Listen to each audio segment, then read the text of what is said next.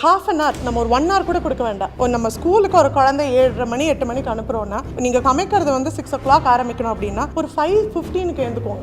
ஒரு half an hour make it a point minimum 30 to 40 minutes a day for yourself. It can be 10 minutes of just sitting alone and meditating to calm yourself, இல்ல to work out, walking, jogging, என்ன வேணாலும் எடுத்துக்கலாம். strength training ஓட especially after 40. ஏன்னா இப்போ நிறைய நாங்க early menopause பார்க்கறோம். அதுதான் பிரச்சனை. estrogen they are losing weight. அதனால தான் incidence of heart diseases வருது. One, prioritize. First half an hour in a day at least make it for yourself. Number 2, ஏதாவது health issue இருக்கு, either periods related issue, இல்லனா உங்களுக்கு வந்து menstrual cramps, இல்லனா உங்களோட breast examination, எவ்வளவு பேர் அது கூட பண்றது இல்ல. என்னோட சர்க்கிள்ல 30 to 35 குள்ள I have more than 7 people who have been diagnosed with breast cancer within the age of 35. நமக்கு எல்லாருக்கும் கேன்சர்னா 60 65 வயசுல தான் வரும்னு தெரியும். அட்லீஸ்ட் ஒரு செக்அப், எதர் உங்களுக்கு ப்ராப்ளம் இருக்கோ ரெகுலர் ஒரு இவாலுவேஷன். ஏன்னா உங்களோட யூட்ரஸ் மவுத்தோட கேன்சர், சர்வைக்கல் கேன்சர் ஆகட்டும், இல்லனா வந்து யூட்ரைன் கேன்சர் ஆகட்டும், இல்ல ஓவேரியன் கருமுட்டைப்பையோட கேன்சர், கர்ப்பப்பை cancer, you cannot diagnose without an ultrasound. என்னன்னா symptoms are the same. இப்போ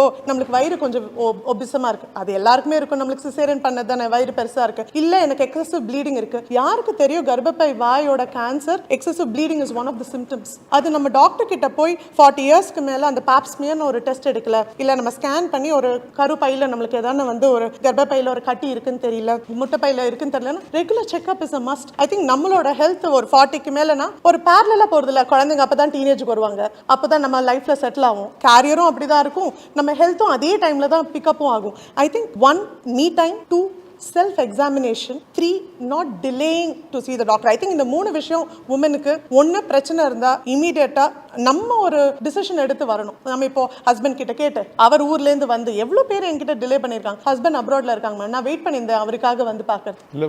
டாக்டர்ங்களை பாக்குறதுக்கும் பயம். இப்போ வந்து புதுசா நம்ம முன்னாடி காலத்துல இருந்தது, நம்மளுக்கு அவ்வளவு அவேர்னஸ் இல்ல. கர்ப்பப்பை வாயோட புற்றுநோய் பிரிவென்ட் பண்றதுக்கு HPV வேக்சின் ஒன்று இருக்கு. அந்த வேக்சின் எல்லாருக்கும் தெரியும். இப்போ நிறைய ஃபார்மா கம்பெனிஸ் அதை அட்வர்டைஸ் பண்ணிட்டாங்க. ஆனா அது கொடுக்க வேண்டிய டைம் வந்து 11 வயசுலேருந்து 14-15 வயசு. அதாவது உங்களோட செக்ஷுவல் ஆக்டிவிட்டி வரதுக்கு 5 வருஷம் முன்னாடி அந்த வேக்சினை நம்ம கொடுத்தாதான் அதோட எஃபெக்டிவ்னஸ் அதிகம். இப்போ நம்ம டெலிவரி ஆகி 2 குழந்தை இருக்கு, இப்போ வந்து போட்டுக்கலாமா, நீ போட்டுக்கலாம், வேக்சின்னால உனக்கு கெடுதல் வராது. ஆனால் அதோட எஃபிகசி அவ்வளோ இல்லை.